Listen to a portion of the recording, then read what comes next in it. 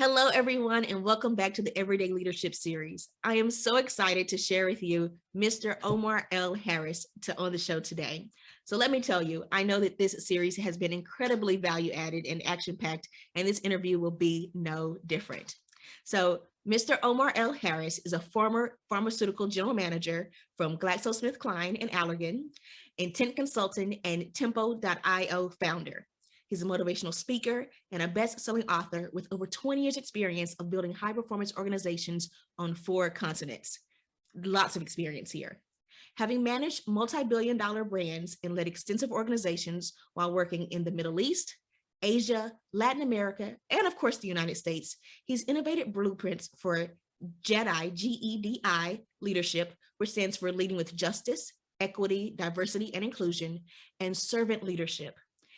Also, 20 team performance acceleration principles, TPAPs, TPAPs, that can be applied by leaders at all levels of professional experience. So certainly he has a lot of experience here and has even branded his own intellectual property. So I'm so excited to dive deeper and learn a lot more about how we can leverage leadership, particularly in this diversity and equity space, which is something that we had not chatted about so far in the series. So Omar, welcome to the Everyday Leadership Series. Thank you, Rochelle. Really happy to be here with you this evening and looking forward to the discussion. My pleasure. My pleasure. Well, let's go ahead and jump right in because we certainly don't want to waste any time at all. How about we get started by, just let us know, what does leadership mean to you? So I used to define leadership the way John C. Maxwell defines leadership as just simply influence. So basically, if you're influencing someone in a direction, you are leading them. But over time, I've evolved that definition to include impact and positive impact. So you have to be influencing someone in a positive direction to really call yourself a leader. I think if you're leading someone to jump off of a cliff, I don't know if you can call yourself a leader. You might call yourself a manipulator, but not necessarily a leader. So for me, leadership needs to come with a higher level positive intent that actually provides benefits to not only the person leading, but also the people being led. And it's a win-win-win all the way around for everyone. So it's about not just influencing, but influencing for positive impact. Yeah, let's talk a little bit more about that because, one of the things that I think is changing in the concept of leadership and in that space is, let's say we're in the 70s, 80s, early 90s. I thought I was a working professional at that time, but the concept of what a leader is definitely, I'm going to put it out there and it lands on you how it lands on you. And, you're basically doing a reframe that says, no, as the person that is putting it out, I'm also responsible for how it lands on the other person. So I'd love for you to dive deeper into that. Well, for me, like I'm separating now, bossing, managing, and leading. And I think that for too many of us, we put these things together as one concept and they're not the same thing.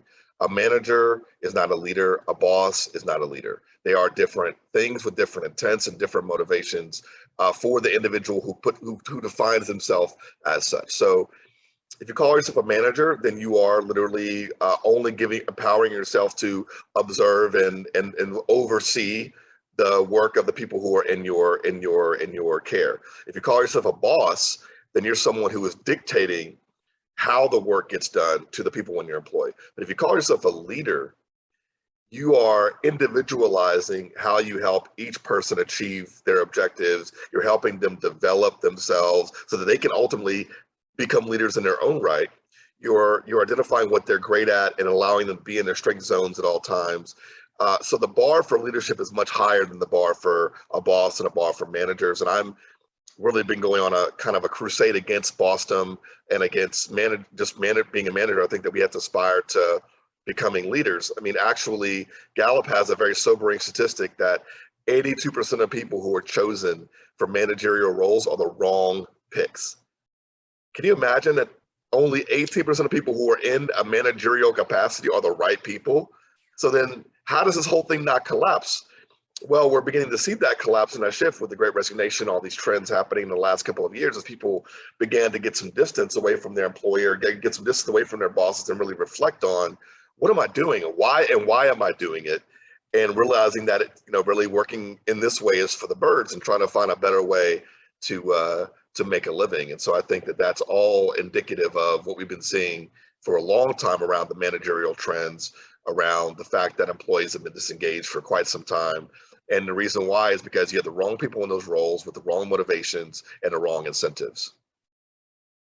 There's so much to unpack there. And as you saw, I was taking notes. Yes, yes, yes, yes. There's so much to unpack there. One of the things that I've learned during this series is that, so I'm in my mid 30s now. So my working career, and then I was in school for a long time. Yeah. So I did not realize that employee engagement / disengagement was a conversation that's been happening in the workplace for over 30 years. Yeah. I thought that was a relatively new concept of, we're trying to get employees more engaged. They were like, no, we've been talking about this since the late 70s, early 80s. I'm like, and you've technically done nothing about it? That's shocking, right? Yeah. But I really love this distinction that you've made between a boss, a manager, and a leader, because, I think in, let's say, in the rest of the world who does not engage in these conversations on a daily basis, we collapse these concepts as terms that are synonymous.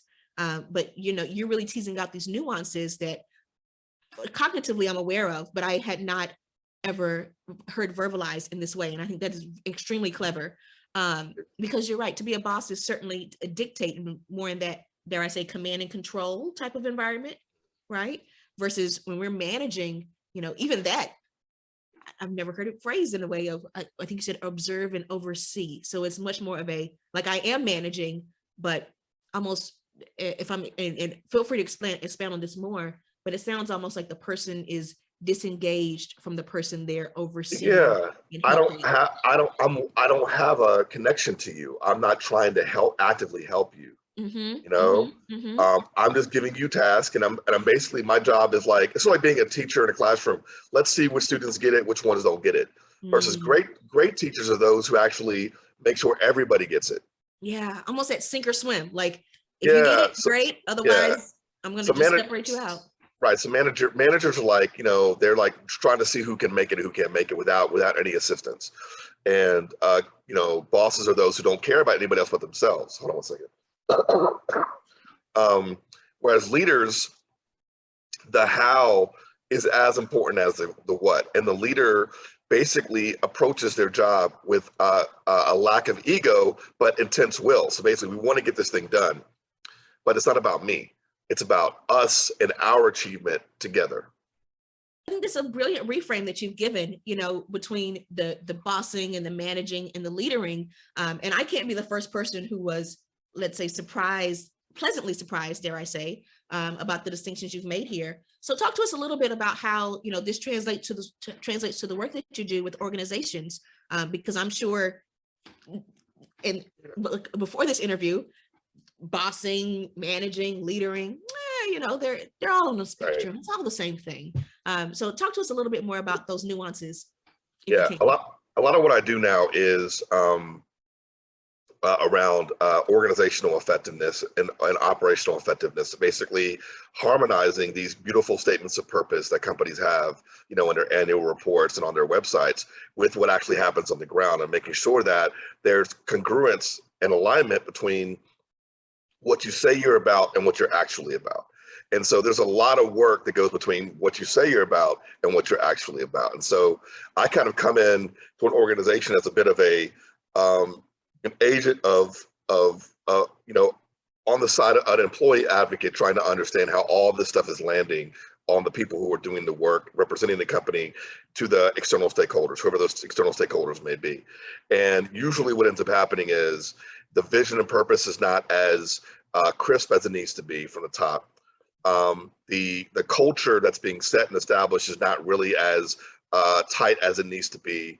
The managers, therefore, are not as effective as they could be, and the employees are not as aligned as they need to be in order for you to drive that particular statement of purpose. And so I work at all levels of an organization, from the C-suite all the way down to the frontline employees, to impact the changes we need to really, I want to believe a company when it says it wants to make a bigger outcome other than just profits. I want to believe that. But so many companies don't do the actual work to align between what they say they're about and what they're actually about. They take it for granted. And as Barack Obama once said, hope is not a strategy. This is not something we could take for granted. And there's a lot of intentional work that has to be done at every level to ensure that this actually happens on the ground. I think that's great, you know, and it's very easy, I think, for an organization to have their website copy Yeah, not necessarily be reflected in the day-to-day right. experience of their staff, you know, their executives, and even their customers, and how they're perceived in the world. Yeah, And to your point, you know, in the pandemic, it has exposed a lot of that. When prior to then, people felt they did not have any options, mostly because they didn't take the time to do any self-reflection. And so now when people have the space to actually reflect and say, is this actually where I want to spend my time? Is this actually where I want to dedicate my gifts? It really forces some hard questions. So I'm curious, you know, obviously when you're working with all levels of the organization, I'm sure each person has their own perspective on the situation. So I'm curious, what do you think is one leadership trait or quality that most people tend to overlook? So, well, first of all, most people don't understand the difference between bossing, leading, and managing. So they don't have that. They don't have that distinction. Oh, that's Um, fair. and most companies do not understand how their structure is actually creating toxicity. So most people don't understand how the traditional hierarchical top-down structure of business today is a breeding ground for toxicity, Tell because me more. it's a realm for where ego dominates. So the people who rise to the top of organizations are those who have the most ego and ambition, which means that they're doing it. Forget about the purpose of the company. They're doing it for their own wallet, their own satisfaction, their own ego needs. And so that's who's getting enabled to climb up through organizations. And the people who actually care the most about the purpose of the organization, the people who are actually making the biggest difference for your external stakeholders and customers, those are the people who get overlooked and left behind because of basically what is being valued in corporations today. And so the biggest hack for organizations to really improve this dynamic is to flip that hierarchy on its head and go into servant leadership. And servant leadership is where basically the top of the house is the employees who have contact with external stakeholders. That's who we all work for purpose. And because we all work for purpose, then we need to make sure we are facilitating work for those who are in closest proximity to whoever our external stakeholder or customers are. And therefore, the middle management level goes from being overseers to being supporters.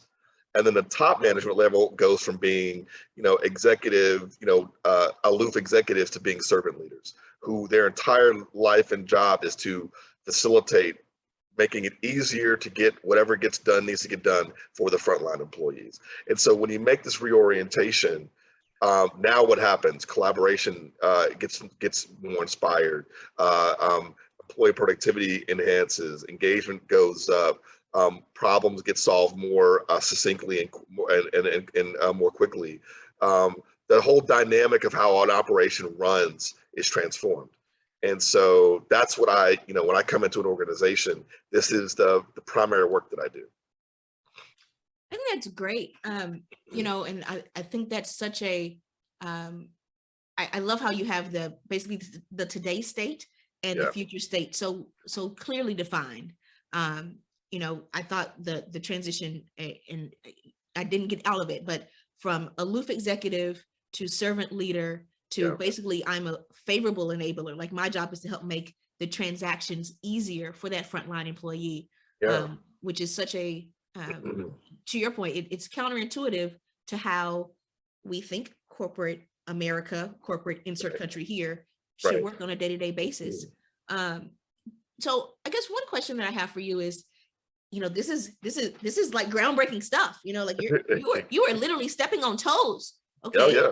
like you're like ego and ambition driving career acceleration. Yeah, that's kind of how it works. That's how it used to work. That's how it used to work. That's how it used to work. It doesn't work that way anymore. It hasn't worked for a long time. And so once again, you mentioned earlier, 30 years of employee engagement data. I mean, Gallup's been tracking it since the early 2000s. It's all pointing to the same thing. The current status quo of leadership in corporations and the current design of leadership doesn't work. And so, I don't know how many hundreds of thousands of millions of these great business books have to be sold before people actually transform. I mean, Jim Collins talked about it in Good to Great. Simon Sinek talks about it in Start With Why. Gallup talks about it in all of their books on strengths. These books are old. Like Patrick Lencioni talks about it in the 5 Dysfunctions of the Strength. None of this stuff is new. It's not new. You're right.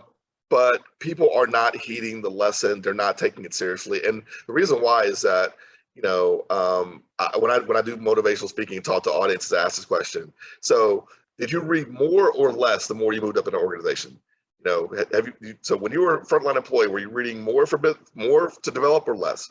More. And the higher you go, the less you read, right? Yes. How does that make any sense? So the job is getting harder, right? You have much greater responsibility and you're being compensated for that greater responsibility, yet you are learning the least you've ever learned in your entire career. How does that make any sense? You think LeBron James in year 19 is working any less hard than he worked when he was a 19-year-old? He's working harder now than ever before. You can't run as fast. Exactly. So it's a change. So basically you got to learn new skills, whereas, when I was 29 years old, I could get away with a lot with charisma, but at 44, charisma is only going to take you so far. Correct. So you gotta develop consistently. I don't understand why managers are, we're not getting better as we get older. And as we get more, and as we develop more in organizations. So this is a travesty of what's happening in organizations, is that we're getting stagnated because we're focused on our own benefit and we're not thinking about the broader purpose that our organization should be serving. And that's why, there's still great space for me to come in and kind of disrupt, because it hasn't happened yet. What's going through my mind is, this all sounds good and it is, counterintuitive. So what do you say to the naysayer, to the skeptic who's like, but I'm used to, my organization has not transitioned over yet.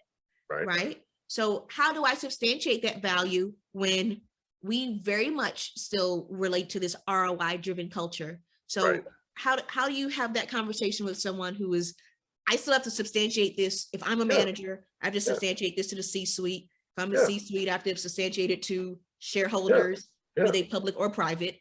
How do you have that conversation? I just ask a person, would you like to see 21% greater profit? Tell me more. So Gallup, in just one aspect of what I do, which is creating strengths-based organizations. So basically organizations where employees are developed based on what they're good at and what they're best at, not on what they may have gaps in. Organizations that embrace strengths-based organizational principles are demonstrating 21% higher profits because of the employee engagement increase. So for me, it's like, are you happy with money being left on the table? Nobody's happy with money being left on the table. No, so therefore, I always come back to the financial argument, and I don't use moral arguments. And there are no moral victories in business. It's all about financial arguments. And so you have to have that talk at that level of, listen, this is about money. This is about resources being left on the table. And so if you're spending, basically, before you go to termination of frontline employees, you should be looking at, there's a whole lot of leverage you can be pulling on that can drive greater profitability before you ever get to termination. Termination is the easiest thing to do, but it's a very costly thing. It's a very expensive proposition. So I don't understand why more finance professionals are not more into some of these modern leadership principles that will save the company resources and money that can be reinvested in greater profitability and greater prosperity for the entity. I think that a lot of times we get caught up in image management with the Wall Street or with whatever it is, the board of directors, whoever it is. And so we have to make change for change's sake, and change for change's sake always results in a declining spiral in productivity and engagement and results, until you get the right person in there who puts investment and focus in the right areas again to bring everything back.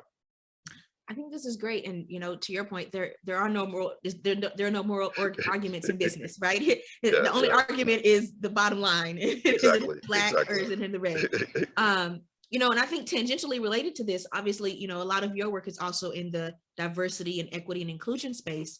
So, very similarly to changing the culture, tell us why should leaders be leaning into this, I'm going to call it DEI conversation, because it's very easy to kind of sweep that under the rug. Both of us, happen to be in ethnic groups, in this conversation. But, if someone is not why should they care? Why is this more broadly applicable? So in America alone, the number the total number, if you addressed certain aspects of racial injustice, equity within corporations, if you embrace diversity and you enhance inclusion, the number that's being left on the table right now is a whopping $6 trillion added to the GDP of the United States. $6 trillion. It's a little helpful towards this deficit, not to get political. $6 trillion. That could pay off a few bills, I think. So really it's about business risk. And so when I talk to executives around DEI, I'm not talking about the moral argument, the kumbaya, the reparations discussion, because you don't care about that. Otherwise you would have done it. So obviously don't care about that. What you do care about are lawsuits, lack of innovation, a lack of permission to operate in the markets you want to operate, and the perception of the external world. So you do care about those things. And so these are the things that we get hired as executives. When I was a general manager, basically the bar for me was, hit the numbers, don't cause additional reputational risk in the market that you're managing, and anticipate and have contingency plans for when things go wrong. That's the 3 standards of an executive leader, that you have to be able to manage these 3 things at any given time. And CEOs today are getting away with not being good at contingency planning. We saw that during the pandemic, and not actually effectively managing all the risks that pop up. And so for me, diversity, equity, and inclusion is not an HR issue. It should be banked with environmental, social, and governance level and compliance. So it's an ethics and compliance issue. It's business risk. It should be funded just like compliance and ethics departments are funded within corporations. Not until you do that, you're not going to see the change, because you have to go in and do what compliance does, which is rewrite all the policies to make sure that we are doing things in a proper way. And every company went through the pain in the early 2000s of implementing compliance. And everybody complains about compliance, but compliance alone has saved businesses trillions of dollars in bad behavior over the years. And diversity, equity, and inclusion is the next wave of things that needs to be included in that scope. And so this is what I've been advocating for. It's what I write about in my book, Be a General Leader, Not a Boss. And this is the next wave that I'm trying to bring into corporations today. I really like this because to your point, it's not the fluff and the feel good and the I'm going to make you feel bad. You know what I mean? Like with the conversation of you should and shoulding, and you should never should on people. Okay, right? Okay, no one likes to be shoulded on. Yes. But I feel that the should conversation comes up quite a lot in DEI. It's easy to default to a moral conversation as opposed to this frame, which feels substantive, in my opinion. And it feels like, oh, business risk, like, wow. And when you talk about the ability to, what resonated with me the most was the permission to operate in the markets that you want, right? And so when we think about how demographics, the point is demographics are changing.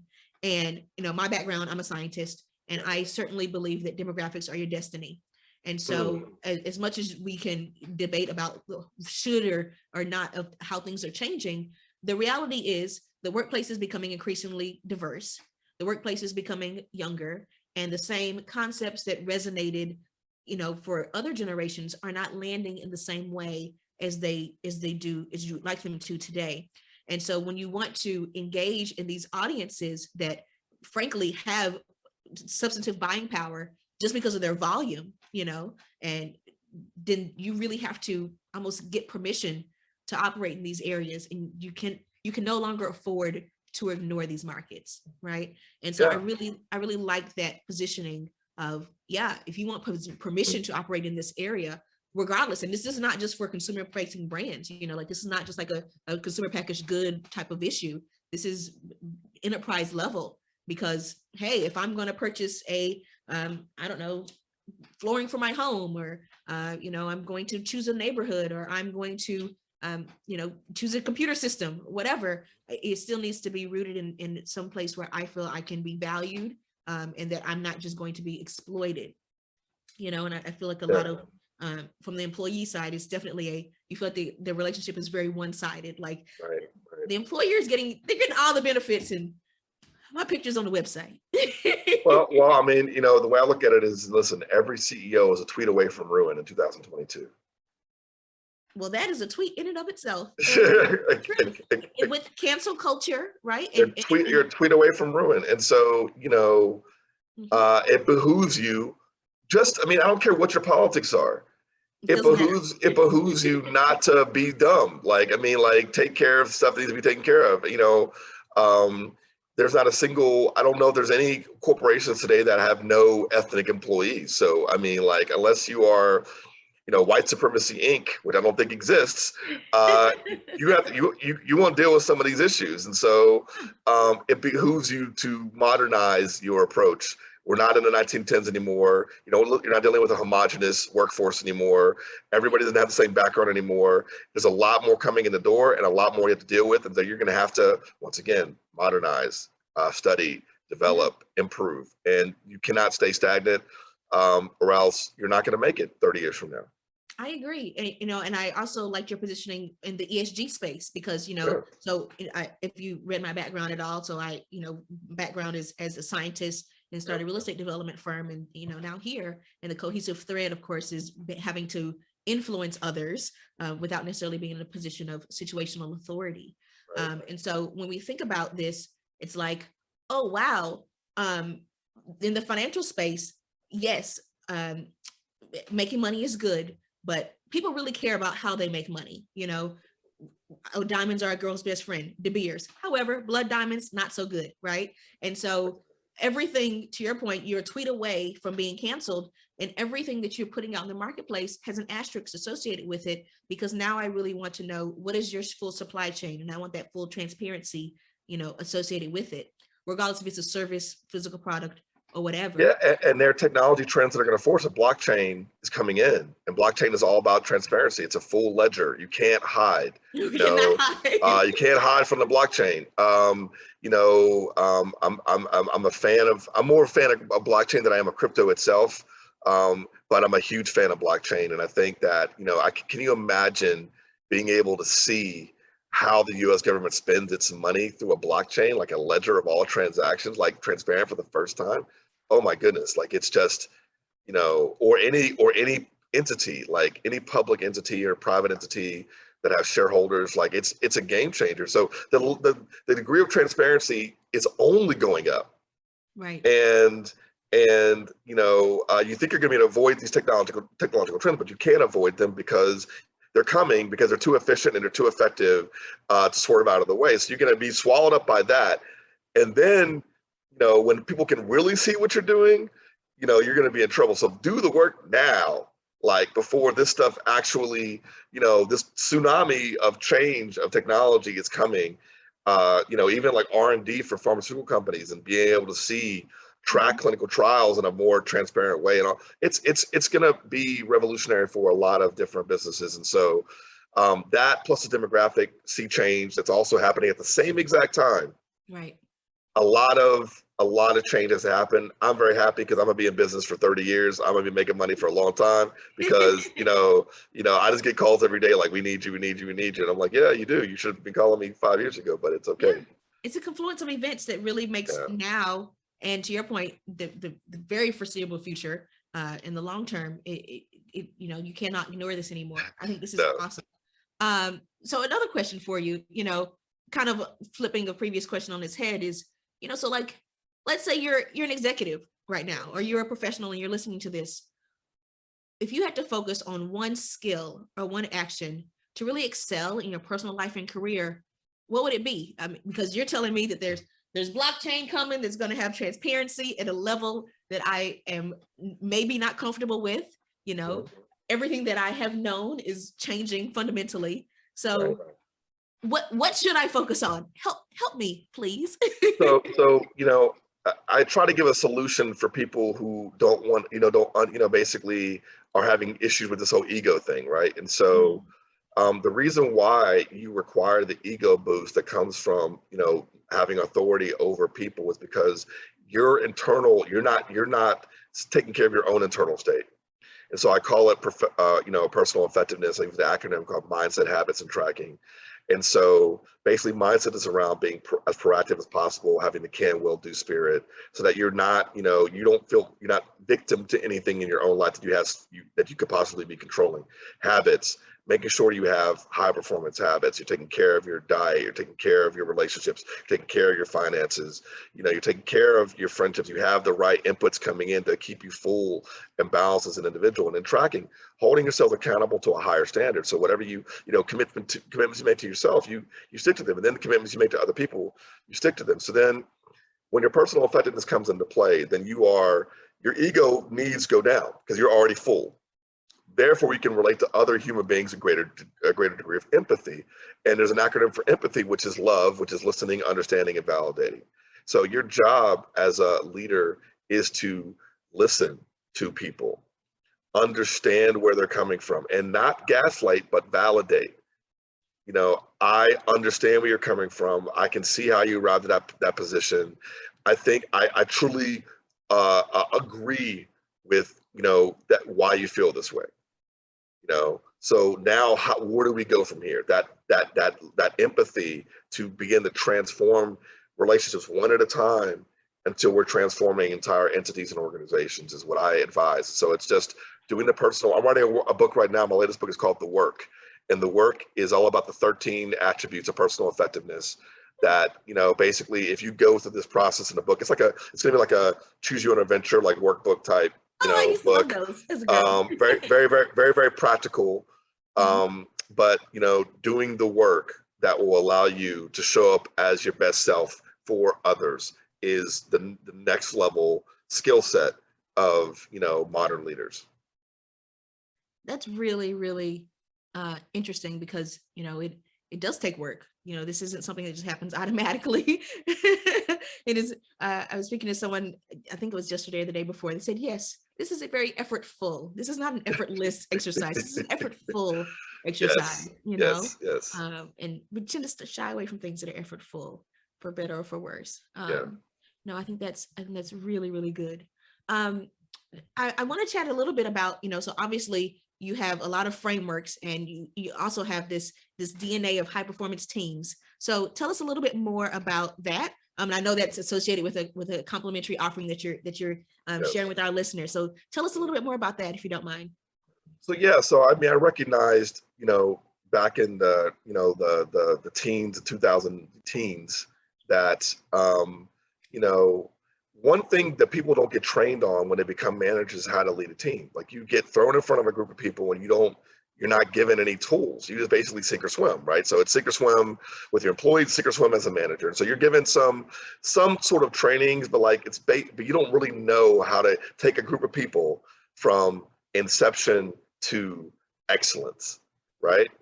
And so I wanted to write the book on how you do that and first of all, how do you recruit the right DNA? So basically taking recruiting and turning it on its head, because one of the insights from the book is that we're recruiting for the wrong thing. So we're looking more at pedigree, years of experience, things of this nature. We're overweighting these things and we're underweighting behavioral attributes that actually lead to greater success. So in the book, I have an acronym called WHOM, which is work ethic, heart, optimism, and maturity, which is the way that I interview today. And so when I look at a candidate, I'm assessing your work ethic, your sense of shared passion for the work that we're doing, your solution orientation, and your maturity to handle inevitable conflict that will come up as we work together in doing things. And the point of this whole thing is I wanted to take Bruce Tuckman's stages of group forming, so forming, storming, norming, and performing, and operationalize that for modern leaders. Basically saying, listen, I'm going to give you 20 team performance acceleration principles, 5 in each of the stages of forming, storming, norming, and performing, that if you do these things, you will actually navigate your group to excellence faster. I have a friend who read the book. Is like, Omar, you put $1 million worth of consulting in a 200 and something page book. Like, you gave it away. I'm like, I don't have time to help everybody. Like, it's in the book. Like, literally, I have like a resource center you can sign up for, which is probably worth tens of thousands of dollars. by itself. It's all free when you read the book. And so everybody who's listening to this, read the book, download it, go back to the end of the book. You'll see the QR code. You can sign up for the membership side of the website and get access to all these free resources that will allow you to actually navigate on purpose, not take it for granted, but be able to actually navigate a group from forming to performing. And, you know, when we talk about forming, the thing that's important is a group is forming in three conditions. Either the leader changes. So basically when a new manager or leader comes on top of a group, that the group automatically goes back to forming, no matter how good they were before. Second condition is different team members join. So people come in and come out. That also changes the composition of the group. And the third is the mission changes, what you're trying to achieve changes. So if any of these conditions applies, you are in the forming stage and you're getting ready to go through storming. And so people don't understand this is a fluid concept. You have to do this stuff all the time. So the level of excellence for a team manager and the bar is higher than ever before. And no one is giving you the tools and enabling you to be successful. And so, you know, I was doing this for my staff when I was a general manager in Indonesia and in Brazil, and I decided to codify it and just give it to everybody. So I was like, listen, this is working. Let's give it to everybody. I love how you systematized something that feels so esoteric and vague when you're going through it, right? Because when you're trying to go navigate, like, you're right, they just put you in front of people and you're like, all right, you are now christened manager, go forth and manage. What do I do? And you shouldn't manage, you should actually lead, actually, Exactly. because we don't actually want to oversee. Exactly. But it's so, just listening to you, I felt a sense of relief, like, oh, wow, you know, it does make sense, kind of almost at the stages of grief, you know, like it's not necessarily something you go through in a linear pathway. It's something that at each stage you can go back and revisit the stage multiple times. You can stay there for a little bit, tip your toe out, come back, you know, just based on how situations change. And so it felt so much, I guess it gave permission that it doesn't have to be perfect. You know, it doesn't have to be a perfect linear path, and that it's okay, and to recognize the situations that trigger a re-entry into the forming stage, which I think is actually again a really brilliant reframe. So I really, again, engineering mindset, I really enjoy operational approaches to things that feel esoteric and vague, or challenges that we can pretend they don't exist. We can pretend that, you know, every time this is such a hoopla, it's like, or someone has figured this out. Well, I read these books, I read business books, I read all this stuff, and I'm like, my question is always, okay, how? I love the theory of it. Great, brilliant, I'm inspired, but how? Like operationally, step by step, how do you do it? You know, so, you know, basically you read a book like Good to Great and you're like, man, like this, you know, the flywheel and the Hedgehog concept and all this stuff, it's great. How? How do I actually do this? How do you do it? And so I look to, first of all, when I read something, I'm trying to implement. And when I implement, I'm trying to codify and make it simpler, you know, and make it actually implementable for, you know, and this is how I influence, by giving you the tools to help you do it yourself. And you know, really, you know, Leaderboard was about codifying a lot of these things that, you know, I have a principle in a book called interviewing, not interviewing, interviewing, INNER, which means a 3-hour session a manager should have, a new leader should have with each of their staff members when they come on board. If you do this thing, your ability to jump through storming goes up by like 80%, just by creating an individual relationship with each person on your team, and then bringing the group together and having a holistic relationship with everybody. But if you're connected to each person, you're the hub, they're the spokes, right? And a lot of times on a team, the spokes are broken because you haven't created that. So how's the wheel going to roll? If you don't have any spokes connected to you, the wheel's never going to be able to roll. So it's intentionally creating these spokes so that this wheel can then roll and get to where you want to get to. And so it's about being more intentional in the onboarding stage and taking ownership of onboarding. HR is not responsible for onboarding. It's every leader of people's job to connect with their new employees and stay connected for the long term. It's your function. If more managers just listen to this interview, I think that we would transform corporate America and insert country name here, first of all. And secondly, just by the resources that you've shared, tangentially, just, you know, offhand, It sounds like, anyone would be remiss if they do not go and download this book. Omar is being incredibly generous. He does not have to offer not only all the resources that he offers, but just the content of the book itself. So do yourself a favor, go ahead and download The DNA of High Performance Teams, a complimentary book.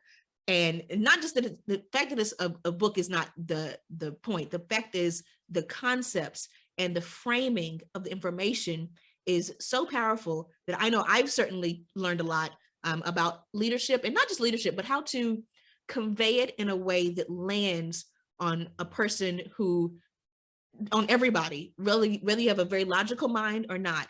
And, to your point, a lot of these concepts kind of go to the woo-woo manifestation type of space.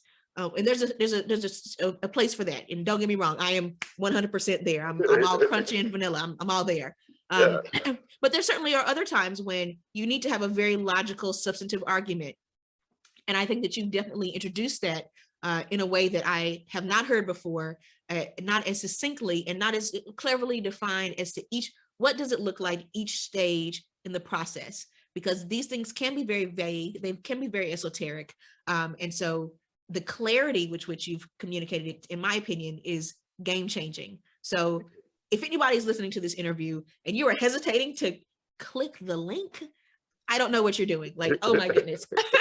I can't wait to download it myself. So, we've covered a lot of ground here in a relatively short amount of time. So at this point, I would like to get Omar unplugged. Pull back the curtain for us. All right. Let us know the secret tips that you haven't shared already. What do you consider to have been your secret weapon for success up until now? Secret weapon to success up until now. I would think, I think it's my insatiable need to learn and my insatiable need to implement what I learn. So I would say that, whenever I've tried to, I'm an idea person by nature. And so for me, I'm fascinated by new ideas, but I'm only fascinated to the degree they can actually be manifested in the real world.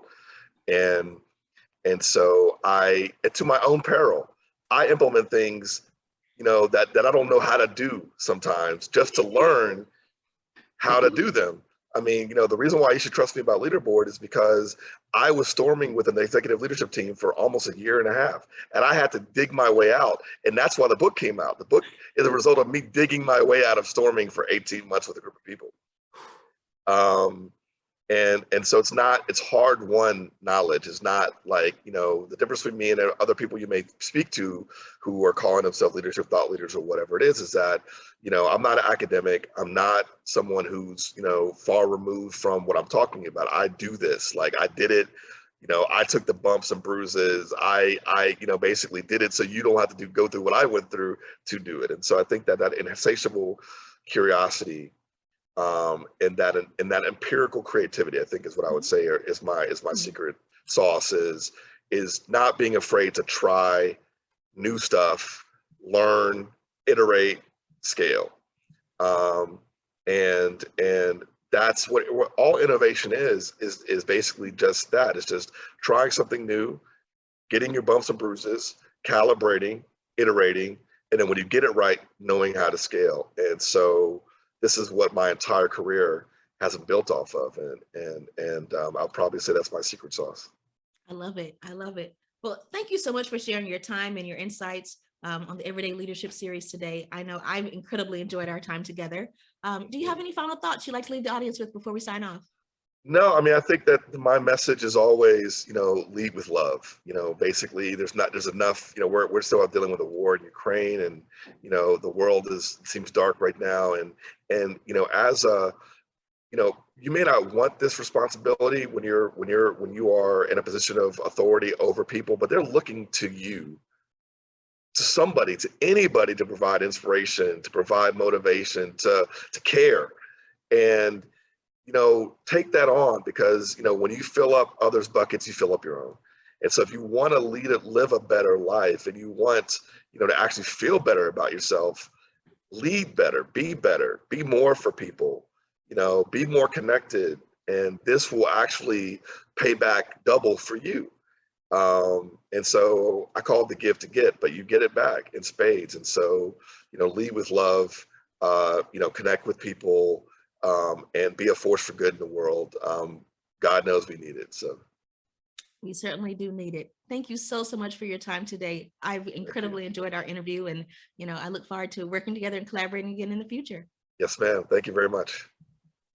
How amazing was that information-packed interview? This Everyday Leadership series is truly next level in terms of the quality of expert as well as the candor at which they're sharing their leadership suggestions. The truth is, your experience does not have to end here. That's why I'm inviting you to upgrade to the VIP package. As a reminder, when you upgrade to VIP, not only do you get access to the recordings, the video, audio, as well as transcripts, you also get access to the action guide. This is for folks who think, I'm too busy, I barely have time to watch the interviews as it is. Will I actually review the recordings? With the action guide, think of this as your Cliff Notes version of the best suggestions and highest level content that each expert suggested, curated into a special manual that you can use as a reference guide. It truly is a game changer. Not only that, VIP registrants get one-on-one access to a complimentary leadership strategy session with myself, as well as an invitation to our next masterclass. So don't delay. Go ahead and upgrade to VIP now.